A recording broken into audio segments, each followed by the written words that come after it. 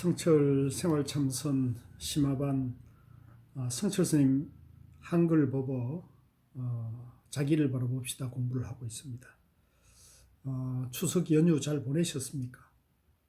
올 추석은 코로나 때문에 전례 없이 여러 가지로 좀 어려웠던 것 같습니다. 저도 그동안은 그 추석이나 명절에는 항상 고향인 그 영덕에 갔었는데 이번에는 이제 코로나도 그렇고 해서 좀 서울 집에서 보냈습니다.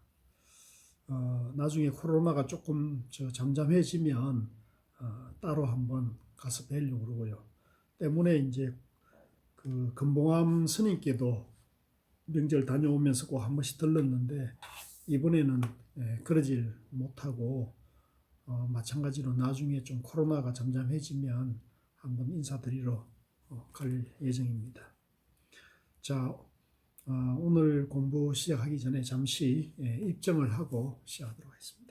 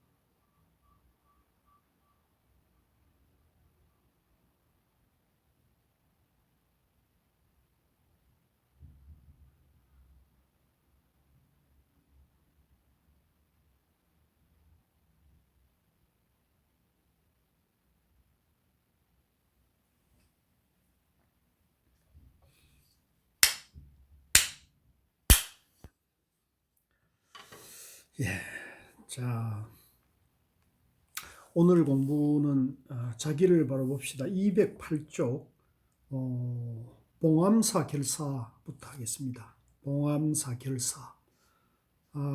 이 법원은 1982년 5월 15일 해인 총림 방장 대중법원입니다. 이때 아마 봉암사 결사 당시에 여러 가지 그 행적을 성철 스님께서 직접 법문을 하신 것을 기록해서 법어에다 실은 것 같습니다.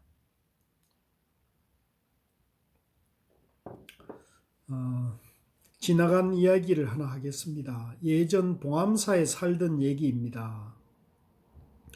요새 와서 봉암사 살던 것을 묻는 사람들이 많이 있고 또 지금 봉암사에서 잘해보겠다고 한 사람들이 일부러 와서 묻기도 하고 딴 사람들도 이야기 좀 해주었으면 하는데 사실 보면 봉암사에 여럿이 함께 살았지만은 내가 주동이 되어 한 만큼 내가 그 이야기를 하기는 곤란합니다만 여러 형편으로 봐서 조금 이야기하겠습니다. 봉암사 결사는 이제 8월 18일로 광복이 1945년이었는데요. 그 2년 뒤에 1947년 봉암사에서 몇몇 스님들이 이제 수행 결사를 하는 겁니다. 이 수행 결사의 전통은 고려 시대 고려시대 보조국사께서 주창하셨던 정회결사, 정회결사를 통해서 당시 그 무너져가던 성풍을 쇄신하는 그런 계기가 있었는데요. 이와 같은 형태로 해서 당시 일제강점기를 거치면서 일본 불교의 그 폐풍이라 할 수 있는 대처성들이 이제 우리 한국 불교에도 확산이 되고 있었죠.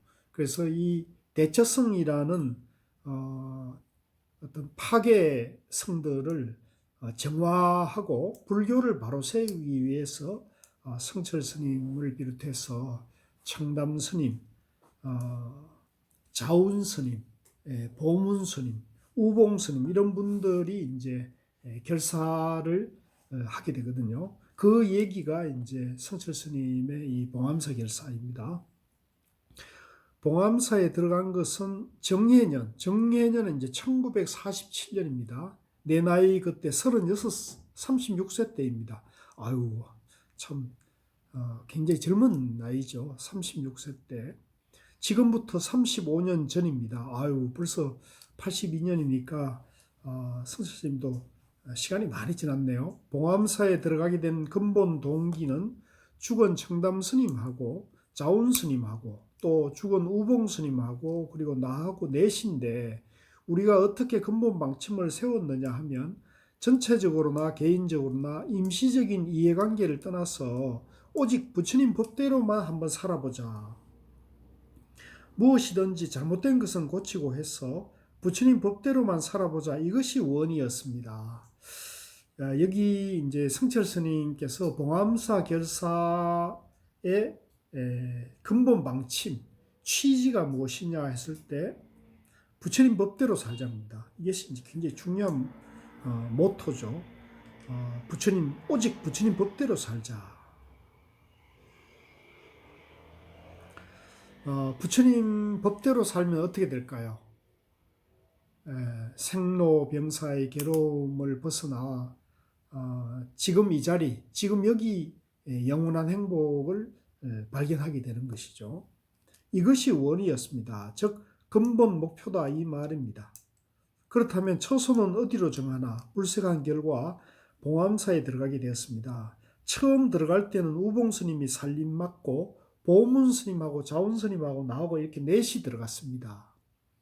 청담 스님은 서로 약속을 했지만 해인사에서 가야 총림한다고 처음 시작할 때는 못 들어오고 그 뒤로는 향곡, 월산, 종수, 젊은 사람으로는 도우, 보경, 법전, 성수, 해양, 종에 의장하던 의현이는 그때 나이 10살 되었을까 이렇게 해서 그 멤버가 한 20명 되었습니다. 살기는 한 약 3년 살았습니다. 이제 47년 가을이라 그래요. 가을에 봉암사에 들어가서 49년 지나서 나오셨다 그러거든요. 그러니까 47, 48, 49년 이렇게 해서 3년간 살았다는 얘기죠. 처음 들어가서 첫 대중공사를 뭘 했느냐 하면 혹 이런 얘기하면 지금이라도 실천하자고 하는가 이렇게 의심할지 모르겠지만 살았던 그대로 이야기하는 것이지 지금 당장 꼭 이대로 하자는 말은 아닙니다. 우선 법당 정리부터 먼저 하자. 이렇게 되었습니다. 세상에 법당 정리를 하다니 무슨 소리인가. 우리 한국 불교는 가만히 보면 간판은 불교 간판을 붙여놓고 있지만 순수한 불교가 아닙니다. 칠성담도 있고 산신각도 있고 온갖 잡신들이 수복이 들어앉아 있습니다. 법당에 잡신들이 들어앉을 수는 없는 것이니 법당 정리부터 먼저 하자. 그리하여 부처님과 부처님 제자 이외에는 전부 다 정리했습니다. 칠성탱화, 산신탱화, 신장탱화 할 것 없이 전부 싹싹 밀어내버리고 부처님과 부처님 제자만 모셨습니다. 대단하죠? 이거 보면 참 성철 스님 참 대단하셨던 것 같아요. 오직 부처님 법대로 살아가자. 이런 취지로 산신각이나 칠성단, 산신단 이런 것들을 싹 정리하고 심지어는 신장 탱화까지도 싹 정리를 했다는 겁니다. 자세히 얘기하려면 여러 날 해가 돼야 해야 되니 자세히 다는 이야기 못하겠고, 그 다음이 이제 불공인데, 불공이란 것은 자기가 무엇이든 성실껏 하는 것이지 중간에서 스님이 축원해주고 목탁치고 하는 것은 본신은 없는 것입니다. 꼭 부처님께 정성 드리고 싶은 신심이 있는 사람이 있으면 자기가 물자를 갖다 놓고 자기 절하라고 말입니다. 우리가 중간에서 사꾼 노릇은 안 한다 이것입니다. 여기 이제 성철 스님이 오직 부처님 법대로 살자고 하고, 이제 산신각이나 칠성탱화를 없애고, 그 다음에 이제 불공하는 법을, 불공은 이제 자기가 직접 해야지 남이 불공해 주는 법은 없다. 그래서 불공하는 방식도 싹 바꿨다는 겁니다. 그래 놓으니 불공은 그만 싹 다 떨어져 버렸습니다. 대개 절에 칠성신도가 많은데 칠성 안 해줄 뿐만 아니라 부처님 앞에서라도 목탁치고 축원은 안 해주니 누가 불공하러 오겠습니까? 그만 신도 싹 다 떨어져 버렸습니다. 그렇겠죠? 그리고 영혼천도가 문제되는데, 부처님 말씀에 누구 죽어 칠칠제를 지낼 때에는 부처님 경을 읽어주라 했지 뭐 도드리라 하라는 말씀은 없거든요. 마침 들어가니 49제 하는 사람이 있는데 3제쯤 되었어요. 쭉 얘기하고는 당신 내가 꼭 해달라고 하면 경을 읽어주겠지만 그 이외에는 해줄 수 없소 했습니다. 그러면 제 안 하렵니다. 그런데 스님들은 어떻게 사십니까? 우리 사는 것은 걱정 마시오. 산에 가면 소나무 솔이 꽉 찼고 개울에 물 철철 흘러내리고 있고 우리 사는 거 걱정 말고 당신들이나 잘하소. 이렇게 불공을 막아버렸지, 천도 해주는 것 막아버렸지 어떻게 할 것이냐.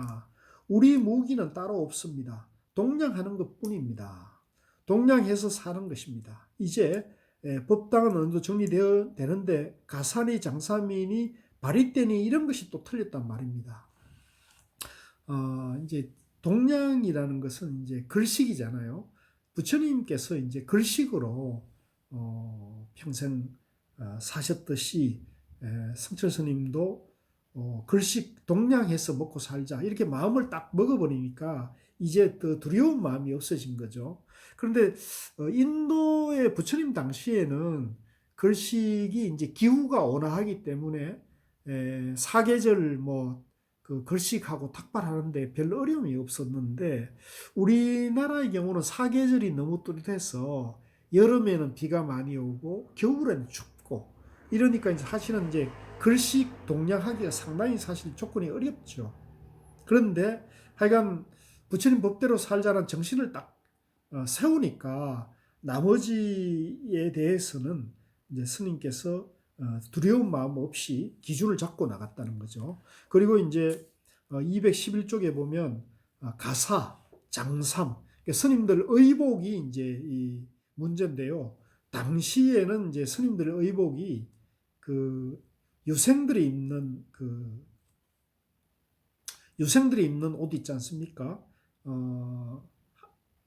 흔히 말하는 이제 한복 스타일의 그런 옷을 이제 스님들도 입었다는 거예요. 그러니까 이제 스님들이 머리만 깎았지 옷은 일반인들과 전혀 구분이 안 되니까 이것을 이제 바로 잡아야겠다. 그래서 불교가 바로 서려면 성가, 성녀의 위가 갖춰져야 되잖아요. 그래서 그 성녀의 위를 갖추기 위해서는 이제 가사장삼을 새로 해야 되는데, 가사는 이제 봉암사 들어가기 전에 문경 대성사에서 준비된 게 있었고, 그래서 괴색 가사, 이제 괴색이라는 것은 지금 스님들이 입고 계시는 그 색깔을 말합니다. 스님 가사를 말하고요. 장삼은 이제 가사, 붉은색 가사 안에 입는 옷이 이제 장삼인데, 지금 스님들께서 입는 장삼이 이 봉암사 때 만들어졌다는 거예요. 그래서 이 당시 장삼은 이제 보조 장삼인데, 성철 스님이 송강사에 가보니까 보조 스님이 입었던 그 장삼이 그 본이 이렇게 해가지고 전시가 있더라는 거예요. 그래서 당시에 자운 스님이 이제 속가 있을 때 양목장의를 하다 오셨대요. 그래서 자운 스님이 이제 그걸 보고 와가지고 장삼을 새로 만들어가지고 스님들이 입고 이제 가사는 지금 그 입는 괴색 가사. 그래서 가사장삼이 이 봉암사 결사 때 만들어졌다는 것도 여러분들이 참고를 하시면 좋을 것 같아요.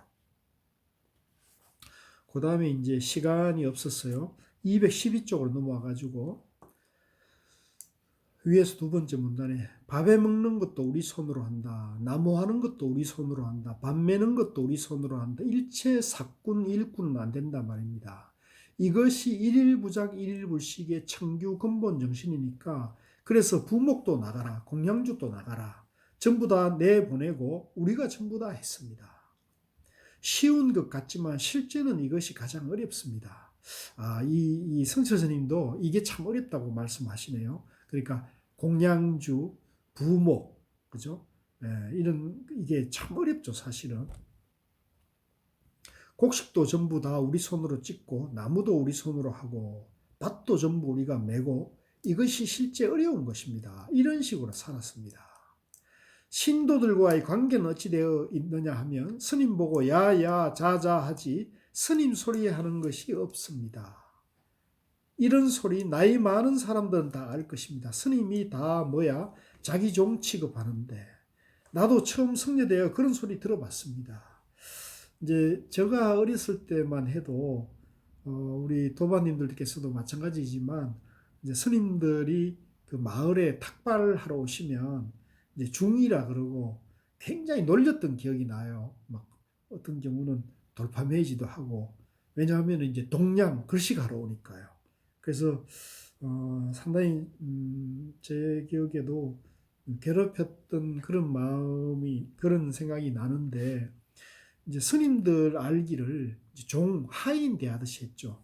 이것은 이제 조선조 억불 정책으로 이제 고려 시대만 하더라도 스님들 위가 뭐 거의 그 서성을 모시듯 그런 불교국가 있기 때문에 그런데 유교 시대인 조선 시대 오면은 이제 성녀들의 신분을 천민으로 강등시키잖아요. 그래서 무당이나 또 종과 같은 신분으로 격화시켜서 스님들을 아주 탄압을 했기 때문에 불교의 위위가 이제 땅에 떨어졌죠. 그래서 성철 스님께서는 이 불교를 바로 세우려면 성녀의 위위를 바로 세운다 해서 가사와 장삼 그리고 이제 여기서는 이제 탁발하면서 이제 스님들에게 삼배하는 이제 새로운 가풍을 이제 다시 이렇게 세우는 거예요. 그래서 스님들에게 삼배하는 전통이 이제 이때 다시 살아나게 되는데요. 뭐 이것에 대해서는 이제 말들이 많을 수 있어요. 뭐 스님들 중에서도 일배만 하라 그런 경우도 있고 또 삼배하라는 경우도 있는데 이제 제 경우는 이제 그 고우 스님께나 정명 스님께 가면은 항상 삼배를 드렸어요. 그런데 이제 스님께서는 뭐 그렇게 번거롭게 저를 많이 한다고 뭐라고 하시면서도 그냥 받으셨는데 정명 스님께서는 그 삼배가 너무 번거롭다 그러시면서 새해나 아니면은 이제 법을 청하러 올 때 이제 법문을 청하러 올 때는 삼배하는 걸로만 하자 이렇게 이제 말씀하셔서 했는데 저는 그게 또 그게 그렇지 않더라고요. 저는 하여간 존경하는 마음으로 항상 가면은 저를 좀 번거롭더라도 삼배를 그 예를 다하는 그런 정성을 드렸습니다. 그래서 이 신도가 스님들에게 삼배하는 정통도 이 봉암사 결사 때 만들어졌다. 이렇게 이제 아시면 될 것 같고요.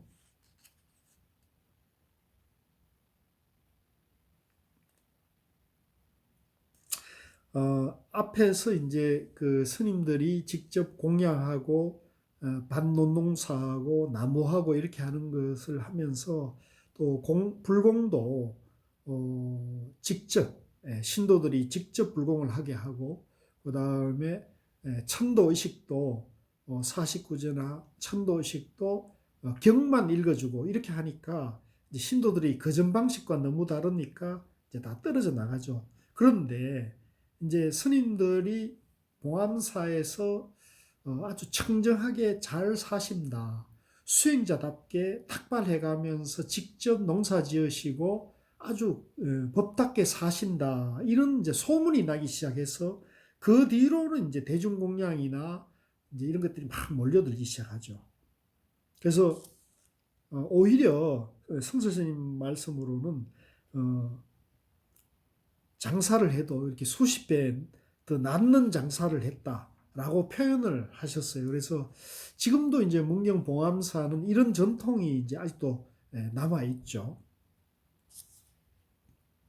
그래서 그 많은 대중공양이 들어오니까 성철 스님께서는 그 대중공양도 개인에게 들어온 것은 일체 응하지 않고 이제 모두 대중살림으로 다 이제 공동으로 받아가지고 그걸 이렇게 필요하게 분배를 했다 그래요. 이 전통은 이제 지금도 산중선언에 가면은 이런 전통이 있죠. 예를 들면 선방에 대중공양금을 이렇게 드리면 그걸 한 곳으로 이렇게 모아가지고 나중에 이제 필요한 데 쓰시고 남으면 이제 해제 때 이렇게 분배를 하신다 그러죠.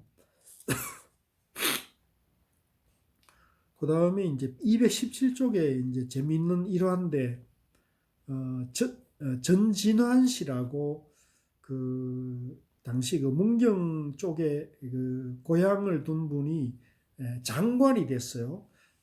이승만 박사 때 사회부 장관이 됐는데 이 장관 모친이 이제 봉암사 신도였던가 봐요. 그런데 어느 날 비가 온 뒤에 이제 좀 진흙창이 있는데 이 전진환 장관 모친이 절에 왔다가 성철 스님을 길에서 이제 뵀는가 봐요. 그러니까 그 진흙구덩이 위에서 장관 모친이 삼배를 하는 걸 보고는 소문이 이제 싹 나면서 삼배하는 전통이 이제 자리 잡혔다는 거고요. 또 천도할 때도 금강경이나 반야신경 읽어주는 것을 위주로 해서 하는데 그것도 이제 자리가 잡혔다. 이제 이렇게 말씀을 하십니다. 그 다음에 이제 218페이지 오면은 이렇게 해서 이제 잘 살고 있는데 그 이제 당시 1948년, 49년, 48년이 되면 이제 남한 단독 정부가 들어서고 이제 분단이 공식화되죠. 그리고 이제 남북에 각각의 정권이 들어서면서 북쪽에서 이제 남한으로 빨치산들을 적극적으로 내려보내면서 남한 내부에 이제 그런 분란이 일어나게 되죠. 그래서 이 빨치산들이 이제 백두대간을 중심으로 주로 이제 남북을 오가고 이러니까 이 봉암사가 바로 백두대간의 단전쯤에 있어요. 사람으로 보면 가장 이제 중심되는 위치에 있는 거죠. 그러다 보니까 이 봉암사가 말씀들이 자주 출몰을 하게 됩니다. 그래서 이로 인해 가지고 이제 봉암사가 상당히 위기에 빠지게 되는데요. 이제 한 번은 빨산이 내려와 가지고 봉암사에 이제 그런 그 곡식이나 뭐 물품들을 싹 틀어가는데 성철이 누구냐고 찾더라는 거예요. 그러니까 빨치산들 안에 사이에도 이제 봉암사라는 것도 알고 또 거기서 결사라든가 그걸 주도하는 성철 스님 도인이 있다는 얘기를 아마도 들었겠죠. 그러니까 이제 성철이 누구냐고 찾더라는 거예요.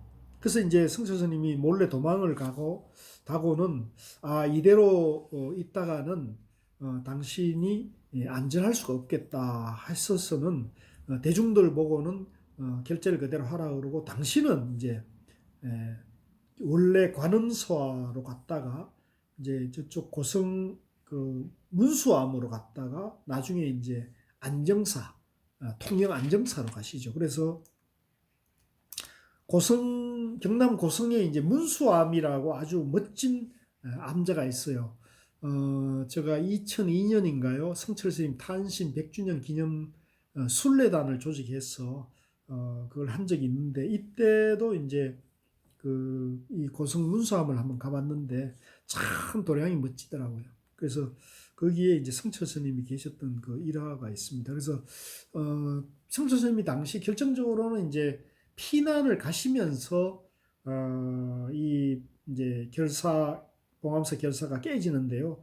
성철 스님이 이제 49년 아마 가을이 날 때쯤 빠져나가시고 이제 그다음에 이제 전쟁이 터졌죠. 그래서 전쟁이 나면서 결국은 이제 이 봉암사 결사가 중단이 되는 그런 안타까운 일이 있었습니다. 그래서 이게 좀 계속됐었더라면 저는 한국 불교도 상당한 그런 혁신이 더 이루어졌을 것 같은데 아쉽지만 그래도 이러한 봉암사 결사의 전통이 지금 대한불교 조계종의 이제 정신적인 그런 뿌리가 되고요.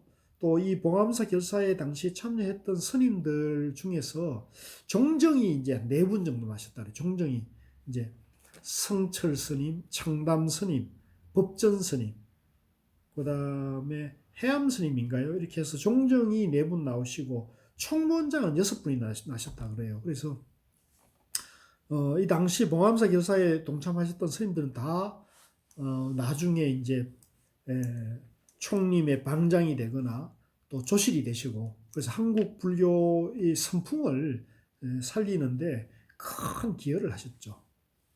그래서 222쪽 마지막에 보면은 이제 중요한 것은 대충 이야기한 셈인데 우리가 신심으로 부처님 법을 바로 지키고 부처님 법을 바로 펴서 신도들을 교화하면 이들이 모두 신심을 내고 하여 우리 스님들이 잘 안 살려야 잘 안 살 수 없습니다. 천상천하 유아독종 가장 잘 사는 것이 승려다 이 말입니다. 우리가 언제든지 조우나 구조나 할 것 없이 이해를 완전히 떠나서 신심으로 부처님만 바로 믿고 살자 이것입니다. 우선은 좀 손해본다 싶어도 결국에는 큰 돈벌이가 되는 것입니다. 이제 저도 이렇게 생각합니다. 우선은 이게 좀 제사, 불공, 또 스님들이 손수 이제 밥하고 농사 짓는 것이 힘들지만은 이제 결국은 부처님 법대로 부처님 정신으로 살아가는 거기 때문에 오히려 신도들에게 불교의 어떤 그런 위상을 더 높이고 또 불교에 대한 믿음, 스님들에 대한 믿음을 더 주기 때문에 이것이 이제 더 불교를 흥하게 하는 방법이다, 길이다, 이렇게 되는 것입니다. 그걸 알아야 됩니다. 봉암사에 살 때 이런 이야기 많이 했습니다.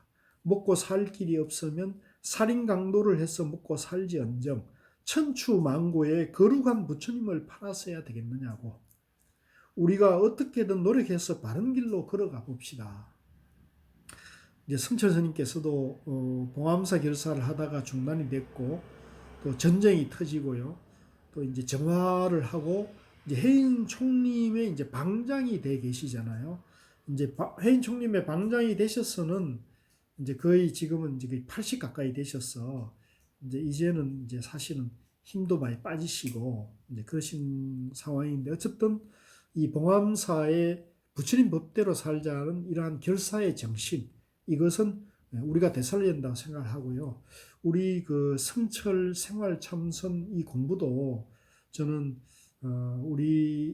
저 개인적으로는 우리 봉암사 결사 정신으로 이 공부를 해나가야 된다고 생각합니다. 그래서 우리 생활참선 도반님들께서도 가정에 충실하시고 이 부처님 법을 배워서 가정과 직장, 이웃에서 부처님의 지혜와 자비정신을 널리 전하는 그래서 스스로도 행복하고 남도 행복하게 해주고 스스로도 깨달음으로 나아가면서 남도 깨달음으로 안내하는 그러한 거룩한 수행 복덕을 지으셔서 우리가 생사의 괴로움을 쉽게 건너가는 그런 정진을 해나가셨으면 좋겠습니다.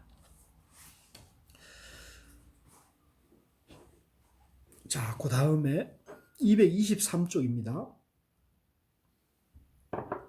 부처님같이 존경하라. 1982년 5월 29일 방장 대중법인데요. 저 원수를 보되 부모와 같이 섬겨라. 이것은 운각경에 있는 말씀입니다.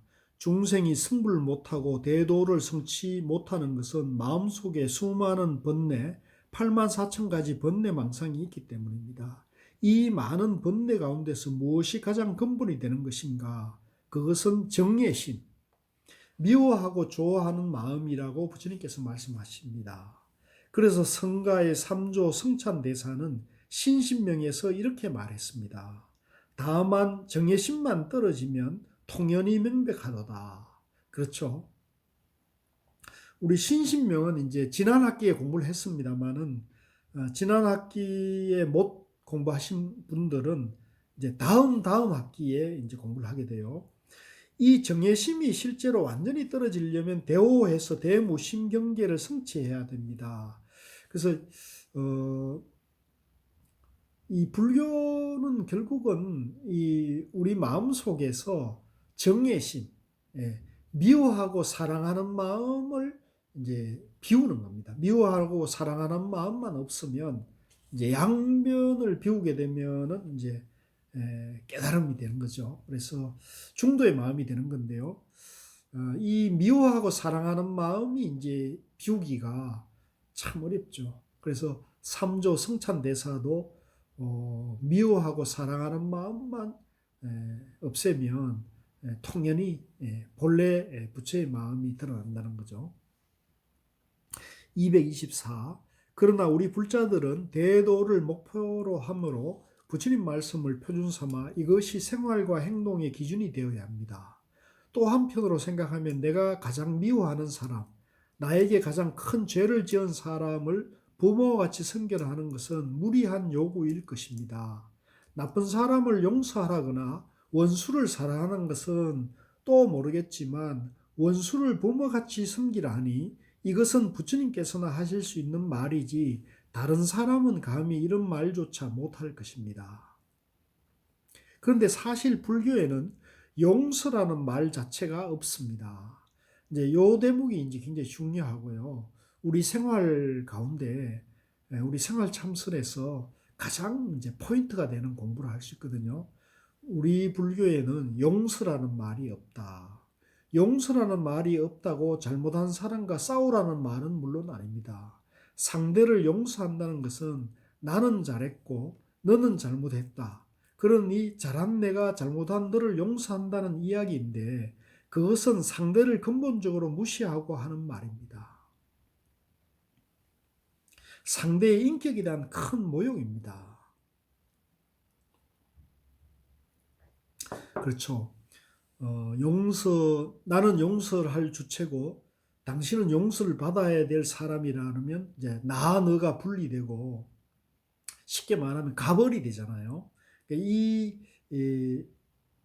이 양변에 떨어지게 되면은 이제 이것은 이제 불교가 아니죠.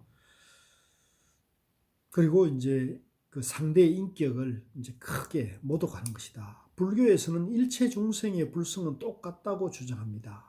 성불에서 연화대 위에 앉아 계시는 부처님이나 죄를 많이 지어 무간지옥에 있는 중생이나 자성자리, 실상은 똑같습니다. 그래서 아무리 죄를 많이 짓고 아무리 나쁜 사람이라도 그것을 보고 미워하거나 비방하거나 한층 더 나아가서 세속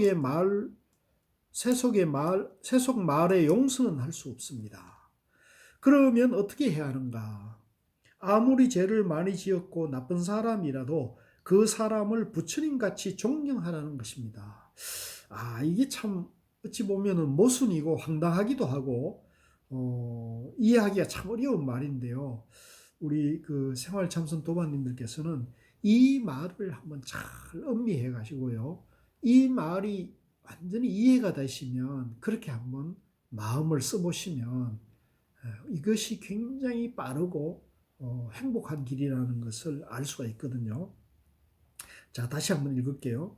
그럼 어떻게 해야 하는가? 아무리 죄를 많이 지었고 나쁜 사람이라도 그 사람을 부처님같이 존경하라는 것입니다.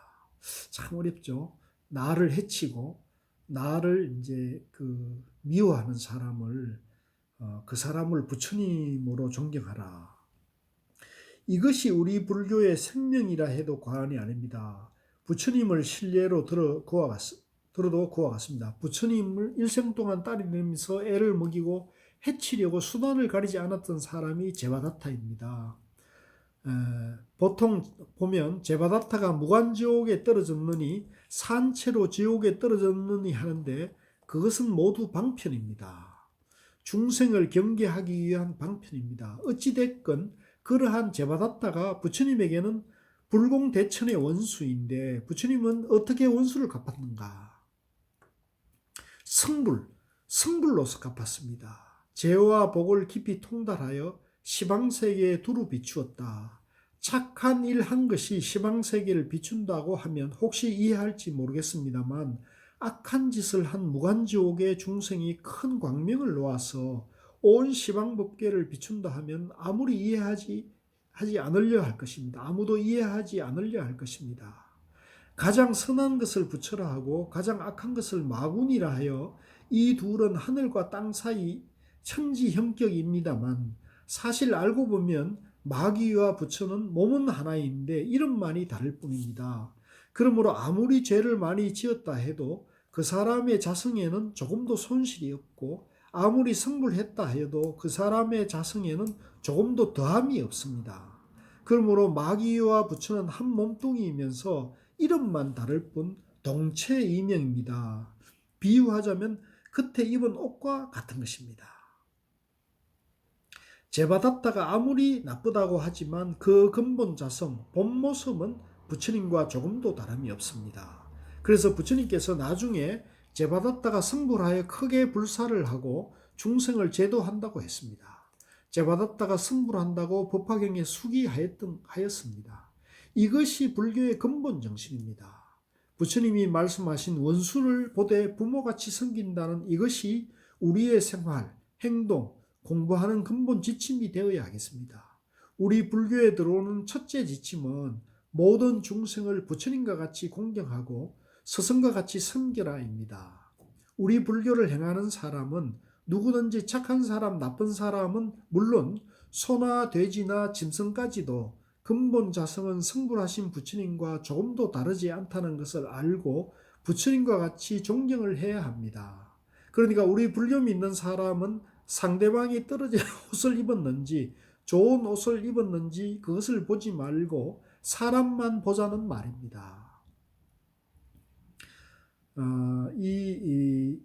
이 법문은 굉장히 어려운 법문인데요. 이 법문이 이해가 되면 불교의 근본이 또 이해가 되거든요. 그래서 나를 핍박하고 나를 해치려는 나를 요구하는 사람을 부처로 보라. 이건데요. 이게 사실 굉장히 어렵습니다만은 나를 핍박하고 나를 해치는 사람이 본래는 나하고 똑같은 본성을 가진 부처님이라는 겁니다. 본래는 나나 너나 둘이 아니고 본래 완전한 영기 무아로서 존재하는데 단지 착각에 빠져가지고 저 사람이 분별 망상을 일으켜가지고 헛된 지금 그 망상에 갇혀가지고 가려서 지금 착각에 빠져 있을 뿐이거든요. 그래서 그 사람의 착각된 행동을 보지 말고 그 사람의 잘못된 행을 보지 말고 본성을 보라. 본성은 뭐냐? 나하고 똑같은 부처라는 겁니다. 그래서 그 사람을 그 본성을 보아서 그 사람을 부처로 보고 섬기고 공양을 하면은 그 사람이 결국은 착각에서 깨어나 본성을 회복한다는 거죠. 그래서 부처님은 이제 제바다타 같은 본래는 이제 부처님의 이제 인척 관계인데 출가해서 부처님을 이제 시기 질투해서 부처님의 교단을 이제 뺏으려고 부처님을 이제 해치려고 하죠. 그래서 여러 가지 이제 작당을 했는데 그때마다 부처님이 이제 지혜롭게 벗어나고 결국은 그 자바다타도 이제 교화해서 부처가 될 것이다. 이렇게 이제 하는데 그렇지만 여기서 우리가 이제 기억해야 될 것은 우리는 나를 해치는 사람, 나를 핍박하는 사람을 부처로 보고 섬기되 그 나를 해치려고 했던 그 사람의 업은 반드시 과보를 받습니다. 그래서 데바다타도 결국은 이제 지옥에 간다고 했죠. 이제 과보를 받아서 지옥에 가지만 그러나 그 사람의 불성 자체는 지옥에 간 그 지옥 중생도 불성 자체는 부처님 성품을 가지고 있고 본래 부처고 부처님 마음과 하등 다를 것이 없다. 다만 착각에 빠져서 잘못된 업을 지었기 때문에 그 업의 과보를 받아서 지옥에 갈 뿐, 본질은 똑같다는 것을 이제 알아야 된다. 이게 이제 불교의 아주 근본적인 사상이고요. 우리 도반님들이 이것을 잘 이해하시게 되면 불교의 근본을 이해하는 것이나 마찬가지고요.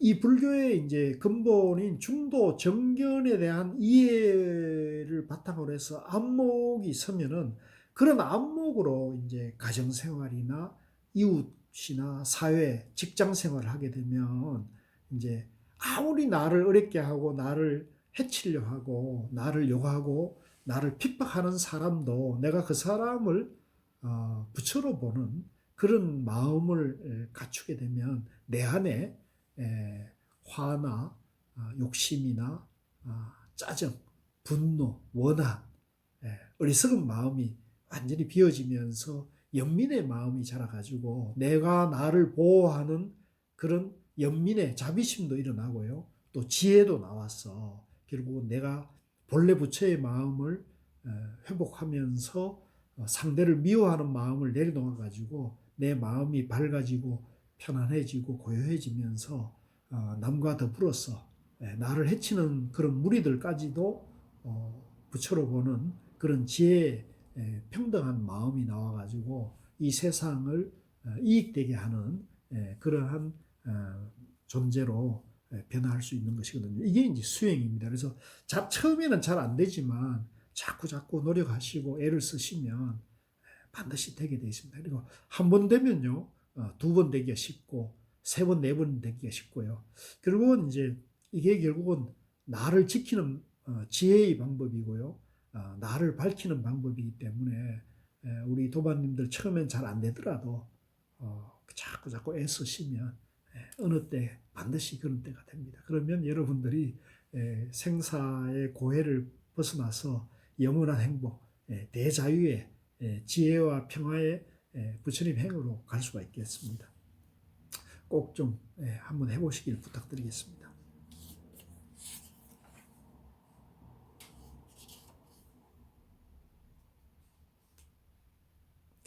그래서 이제 230쪽에 보면은 그 예수교 믿는 사람이 참선 배우러 왔을 때 성철 스님이 이제 그 지혜로운 방편을 쓰죠. 이 참선을 하려면 이제 사상 정립이 바르게 돼야 되는데 예수교 믿는 사람이라면 예수교를 미워하고 예수교를 그 반대하는 사람, 욕하는 사람을 제일 먼저 참당가라고 기도할 수가 있느냐. 그런 마음으로 기도하고 삼천배를 먼저 해보라. 이제 이렇게 하니까 사실은 그게 종교의 본질 아닙니까? 종교의 본질은 뭐예요? 원수를 사랑하라는 말씀이고 또 부처님처럼 나를 핍박하는 사람을 가장 부처로 보라는 것이잖아요. 그러니까 사실은 종교의 본질에서는 똑같죠.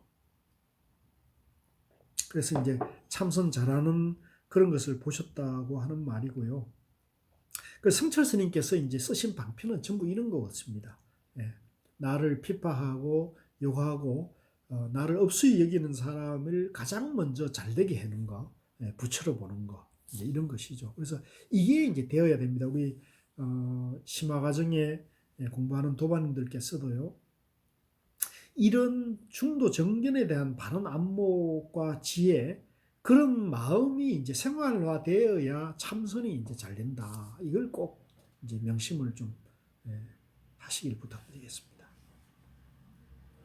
자, 그 다음에 233쪽에 구도자의 질문 1. 생명은 어디에서 와서 어디로 가는 것입니까?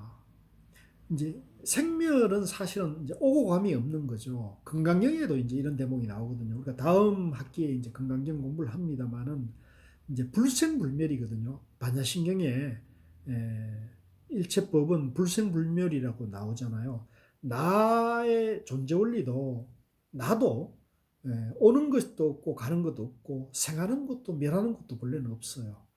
생하는 것도 연기고 늙는 것도 연기고 병도 연기고 죽음도 연기잖아요. 그러니까 이 연기 중도 무아의 내 자성은 시간과 공간을 초월해서 보편되어 있다는 거죠. 그래서 영원하다는 표현도 쓰거든요. 그래서 이 생명은 어디서 와서 어디로 가는 것이 아니다.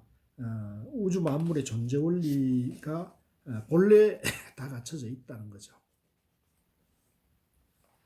그 다음에 235. 불교의 이상은 인간의 범주에 머물러야 합니까? 아니면 초월해야 합니까? 이제 여기서는 이제 질문이 인간과 초월이라는 양변이 있는데요. 이제 불교에서 볼 때에는 생멸적 진여이며 따라서 현실이 절대이므로 번뇌적 보리이며 중생적 부처입니다. 그러므로 인간은 본래 일체를 초월하여 일체를 구족한 절대적 존재이니 다시 초월할 것이 아무것도 없습니다. 불타가 출현한 것은 중생이 본래 부처임을 전한 것일 뿐이요 중생을 제불로 변성하는 것이 아닙니다. 비유하자면 징검을 어떤 사람이 착각하여 황토로 오인한 것과 같습니다.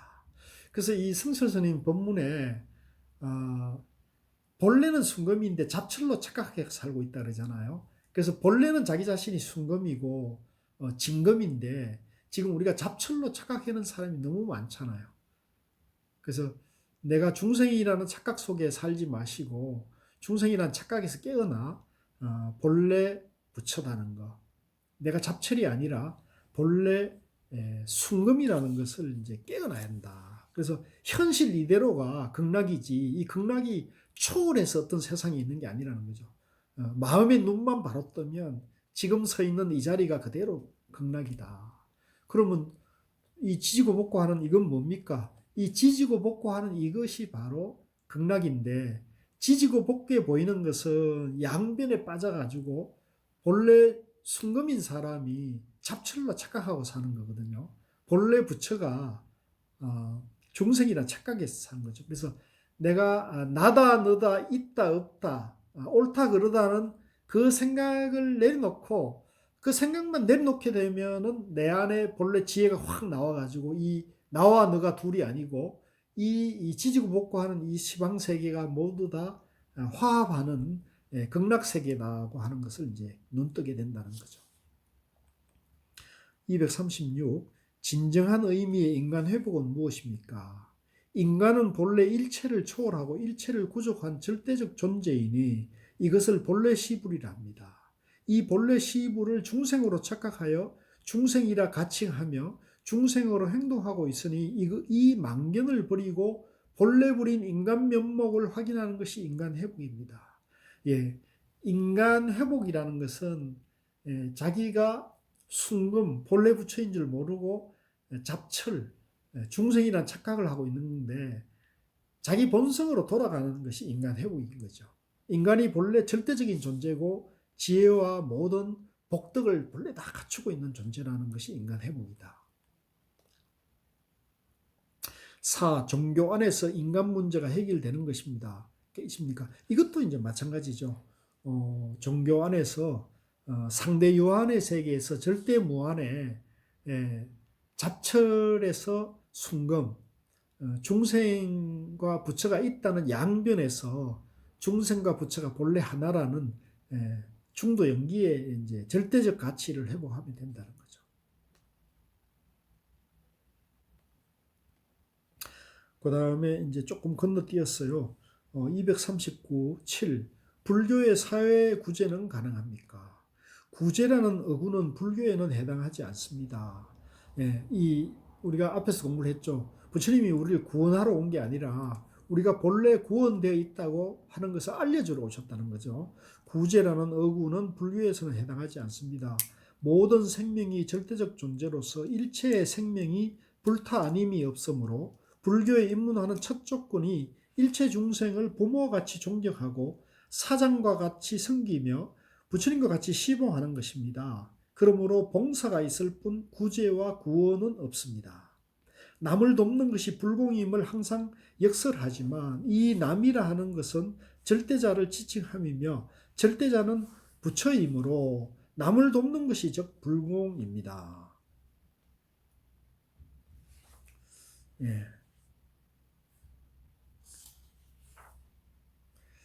자, 자, 그러면 앞에 이제 종정, 방장 법원은 이제 공부는 이걸로 마치고요. 남은 시간은 이제 대담 부분에 인터뷰가 있습니다. 그래서 인터뷰 부분도 참 좋은 내용이 많은데요. 시간이 이제 많지 않아서 중요한 대목만 우리가 같이 한번 짚어보고 같이 살펴보는 걸로 그렇게 공부해 나가도록 하겠습니다.